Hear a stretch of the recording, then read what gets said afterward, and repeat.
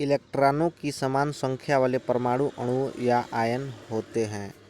Option है पहला isotones, दूसरा ऑप्शन है आइसो इलेक्ट्रॉनिक्स, तीसरा ऑप्शन है आइसोटोप, चौथा ऑप्शन है चैलेंज आइसो इलेक्ट्रॉनिक्स। इलेक्ट्रॉन की समान संख्या वाले परमाणु अणु या आयन होते हैं।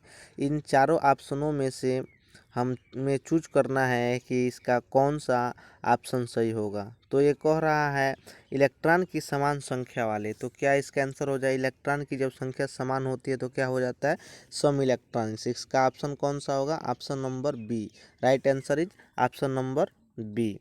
अगला प्रश्न की ओर चलते हैं। अगला प्रश्न है किस वैज्ञानिक ने पदार्थ की प्रकृति के बारे में बुनियादी सिद्धांत प्रदान किया था। ऑप्शन नंबर ए है Joseph Proust, option number B है John Dalton, option number C है Antoine Lavoisier, option number D है डेमोक्रिट्स। तो इसका सही ऑप्शन है ऑप्शन नंबर बी। इसका सही ऑप्शन है option number B John Dalton. John Dalton में हम लोग इसका आंसर लगाएंगे। ऑप्शन नंबर बी इसका सही आंसर है। क्वेश्चन नंबर 3 की तरफ चलते हैं। सभी तत्वों के सापेक्ष परमाणु द्रव्यमान के एक परमाणु के संबंध में पाया गया। क्या ऑप्शन नंबर ए है 0.16, ऑप्शन नंबर बी है N14, ऑप्शन नंबर सी है C10, ऑप्शन नंबर डी है C12। सभी तत्वों के सापेक्ष परमाणु द्रव्यमान के एक परमाणु के संबंध में पाया गया। इसका आंसर होगा option number D carbon C14। किसी भी परमाणु का अगर द्रव्यमान निकालना होता है तो कार्बन C14 से हम लोग तुलना करके निकालते हैं। ठीक है, ऑप्शन नंबर डी सही उत्तर होगा। चौथा प्रश्न है CaOH का होल ट्वाइस में कितने परमाणु मौजूद हैं। CaOH का होल ट्वाइस में कितने परमाणु मौजूद हैं। तो हम देखेंगे यहाँ पे CaOH का होल ट्वाइस कह रहा है CaOH का होल ट्वाइस कह रहा है तो एक परमाणु Ca का, दो परमाणु O2 का और दो परमाणु ऑक्सीजन का। तो 2 2 4 1 5, टोटल कितने परमाणु हुए 5। ऑप्शन नंबर बी हमारा राइट आंसर हो जाएगा। चलते हैं अगले प्रश्न की तरफ। प्रश्न नंबर 5 है CO2 में CO और O का द्रव्यमान का अनुपात कितना है। तो ऑप्शन नंबर ए है 3.8, ऑप्शन नंबर बी है 8.3, ऑप्शन नंबर सी है 14.3, ऑप्शन नंबर डी है 3.4। तो इसका सही आंसर होगा ऑप्शन नंबर ए 3.8। चलते हैं अगले प्रश्न की तरफ।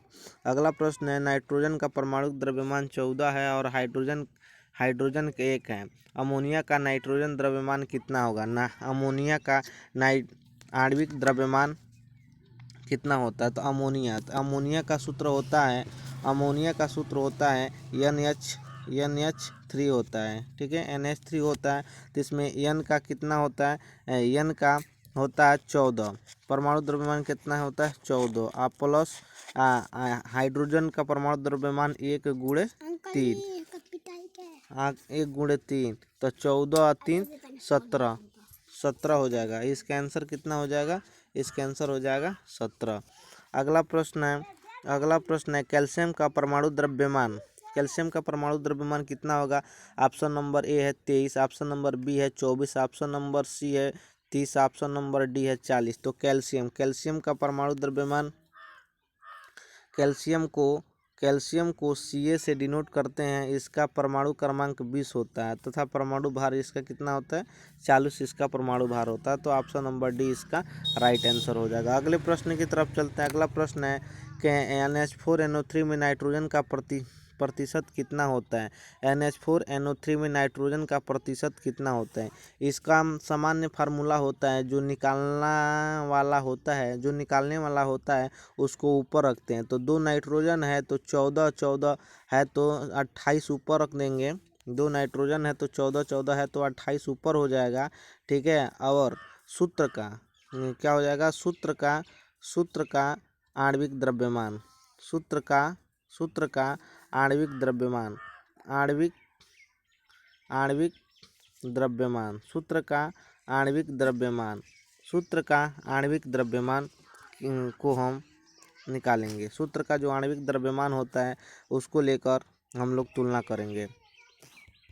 सूत्र का जो आणविक द्रव्यमान होगा, सूत्र का जो आणविक द्रव्यमान होगा उसको लेकर हम तुलना करेंगे, ठीक है, उसको लेकर हम तुलना करेंगे। तो हमारा इसका आंसर होगा ऑप्शन नंबर ए 35%। इसका सही ऑप्शन आंसर होगा ऑप्शन नंबर ए 35%। अगले प्रश्न की तरफ चलते हैं। अगला प्रश्न है CO2 में कार्बन की प्रतिशत मात्रा कितनी होती है। CO2 में कार्बन की प्रतिशत मात्रा, तो हम CO2 का पहले हम लोग पूरा द्रव्यमान निकालेंगे। CO2 का द्रव्यमान कितना होगा, CO2, ठीक है। तो ऑक्सीजन का 8 परमाणु क्रमांक का 16 परमाणु भार होता है, तो 16 दूना 32 ही हो जाएगा, प्लस 6 दूना 12 इसका होता है, ठीक है। तो 12 32 कितना हो जाएगा, 2 2 4 और 3 1 4, 44 हो गया, ठीक। टोटल अगर 44 हो गया, टोटल 44 हुआ, ठीक है। और हमें पूछ रहा है, हमें किसका पूछ रहा है, कार्बन का पूछ रहा है। तो कार्बन का कितना होता है, कार्बन 6 दूना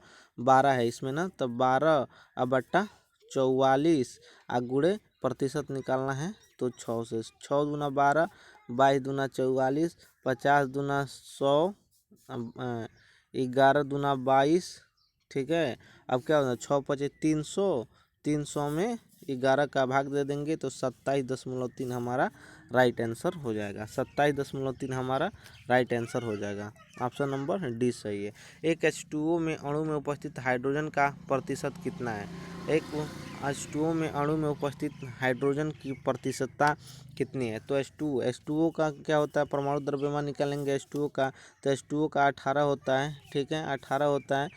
इसमें किसका पूछ रहा है, इसमें पूछ रहा है हाइड्रोजन का, हाइड्रोजन का पूछ रहा है, तो हाइड्रोजन एक ऊपर रख लेंगे, एक गुणे 2 बराबर 2 हो गया, 2 बटा 18, 2 नवा 18 गुणे 100, ठीक है। 100 में जब 9 से भाग देंगे कितना बार में, 11.11। ऑप्शन नंबर बी इसका सही आंसर हो जाएगा, ठीक है। प्रश्न नंबर 10 है, पदार्थ का वह सबसे छोटा कण जिसमें स्व अस्तित्व होता है, तो इसको क्या कहते हैं, पदार्थ का। ऑप्शन नंबर ए परमाणु, ऑप्शन नंबर बी है न्यूट्रॉन, ऑप्शन नंबर सी है इलेक्ट्रॉन और ऑप्शन नंबर डी है अणु। तो इसका सही आंसर होगा ऑप्शन नंबर डी। इसका सही आंसर हो जाएगा ऑप्शन नंबर डी, क्योंकि पदार्थ के सबसे सूक्ष्म कण को हम क्या कहते हैं, परमाणु कहते हैं, तथा परमाणु छोटे छोटे परमाणु से मिलकर अणु का निर्माण होता है, छोटे छोटे परमाणुओं से मिलकर अणु का निर्माण होता है। अब 12 नंबर प्रश्न है, पानी के 5 अणुओं का द्रव्यमान कितना होगा। तो अणु अणु का H2O जो होता है, H2O जो अणु है, H2O अणु में H2O का जो द्रव्यमान होता है कितना, 18 होता है। इसमें कह रहा है 18 होता है, इसमें 5 अणु कह रहा है, तो 5 अणु अगर कह रहा है तो 5 गुणे 18 बराबर कितना हो जाएगा, 90। इसका आंसर ऑप्शन नंबर बी इसका सही आंसर हो जाएगा। अगले प्रश्न की तरफ चलते हैं। अणु से परिचय द्वारा 1986 में कराया गया था, तो अणु का परिचय सर्वप्रथम किसने कराया था। ऑप्शन नंबर सी इसका सही आंसर होगा विलियम ओस्टवाल्ड, विलियम ओस्टवाल्ड। इसका ऑप्शन नंबर सी सही आंसर होगा विलियम ओस्टवाल्ड, ठीक है, William Ostwald, option number C सही हो जाएगा। अगले प्रश्न की तरफ चलते हैं। किसी यौगिक की सबसे छोटी संभवतः इकाई को क्या कहा जाता है। किसी यौगिक की सबसे छोटी संभवतः इकाई को क्या कहा जाता है। इसका ऑप्शन नंबर ए हो जाएगा अणु, ठीक है। अणु के बिना किसी भी परमाणु का अणु के बिना किसी भी एटम का इकाई जो है संभव नहीं है। निम्नलिखित में से किस वैज्ञानिकों ने सुझाव दिया था कि तत्वों के प्रतीकों का निर्माण तत्व के नाम के 1 या 2 अक्षरों से किया जा सकता है। तो इसका आंसर हो जाएगा बर्जीलियस। बर्जीलियस एक ऐसा वैज्ञानिक था जिसने बताया था जो तत्वों का जो प्रतीक है उसे शॉर्ट फॉर्म में लिखने के लिए अंग्रेजी के 1 अथवा 2 अक्षरों का प्रयोग किया जाता है। तो इसका ऑप्शन नंबर ए हो जाएगा आंसर, सही आंसर हो जाएगा। अगले प्रश्न की तरफ चलते एक फार्मूला A3O4, इसका फार्मूला क्या है, A3O4 के साथ ऑक्साइड बनाता है, तो इसकी संयोजकता क्या होती है। तो हम लोग देखेंगे जो A3O4 के साथ ऑक्साइड बनाता है तो ए की संयोजकता पूछ रहा है, तो मान लीजिए कोई एटम है ए और ओ, तो इसकी संयोजकता इसके नीचे और इसकी संयोजकता इसके नीचे लिखते हैं। तो ए की संयोजकता ओ में कितना है, 4 है, तो ओ की संयोजकता कितना हो जाएगा, 4। इसका ऑप्शन नंबर ए सही आंसर हो जाएगा। आगे प्रश्न की तरफ चलते हैं। कार्बन डाइऑक्साइड में कार्बन की संयोजकता कितनी होती है। कार्बन डाइऑक्साइड क्या फार्मूला क्या होता है। कार्बन डाइऑक्साइड का फार्मूला होता है CO2 करे तो कार्बन डाइऑक्साइड कार्बन की संयोजकता, कार्बन की संयोग करने की क्षमता कितनी होती है, 4 होती है। तो इसका बी वाला सही आंसर हो जाएगा, 4। ठीक है, आगे प्रश्न की तरफ चलते हैं। प्राय धनावेशी तत्वों की संयोजकता होती है। प्राय धनावेशित का मतलब होता है कि धातु जो होता है, धातु की संयोजकता, धातु का क्या होता है, 1 होता है, 2 होता है, 3 होता है। धातु के लिए 1 2 3 होता है। 4 जो होता है अधातु के लिए होता है। ये हो जाएगा धातु आपका, ये हो जाएगा अधातु, ये हो जाएगा आपका अधातु, और एक होता है 4, 5 6 7 जो होता है, 5 जो 7 होता है अधातु होता है। 5 क्या कहेंगे, 5 6 7 जो होगा वो क्या होगा, अधातु की श्रेणी में, अधातु की श्रेणी में चला जाएगा। ठीक है ना, अधातु की श्रेणी में चला जाएगा। तो इसका सही ऑप्शन हो जाएगा ऑप्शन नंबर डी, सही उत्तर हो जाएगा। ठीक है, अगले प्रश्न की तरफ चलते हैं। किसी तत्व की संयोजक शक्ति क्षमता क्या कहलाती है। किसी तत्व की संयोजक शक्ति क्षमता क्या कहलाती है। किसी भी तत्व को संयोजन करने की जो क्षमता होती है उसकी क्या कहलाती है, उसकी संयोजकता कहलाती है। ऑप्शन नंबर डी सही आंसर हो जाएगा। अगले प्रश्न की तरफ चलते हैं। क्यूप्रस ऑक्साइड में कॉपर की संयोजकता क्या होती है। क्यूप्रस ऑक्साइड में कॉपर की जो संयोजकता होती है, क्यूप्रस ऑक्साइड में कॉपर की संयोजकता कितनी होती है। क्यूप्रस ऑक्साइड का फार्मूला पहले हम सबसे पहले देखेंगे तो CuO, इसी को क्यूप्रस ऑक्साइड या कॉपर ऑक्साइड कहते हैं। तो इसकी संयोजकता इसके नीचे, ओ की संयोजकता कॉपर के नीचे लिखेंगे। तो Cu की संयोजकता 1 है, तो इसका ऑप्शन नंबर ए आंसर सही हो जाएगा। ऑप्शन नंबर ए सही है। 21 नंबर प्रश्न है, निम्नलिखित में से किस तत्वों के 3 संयोजक इलेक्ट्रॉन होते हैं। 3 संयोजक इलेक्ट्रॉन, जिसके बाहरी कक्षा में 3, बाह्यतम कक्षा में 3 इलेक्ट्रॉन होते हैं, उसको 3 संयोजी इलेक्ट्रॉन कहते हैं। जैसे मान लीजिए जो एल्युमिनियम है, एल्युमिनियम कितना होता है, एल्युमिनियम 13 होता है। इसका अगर बनाएंगे तो 2 8 हो जाएगा 3।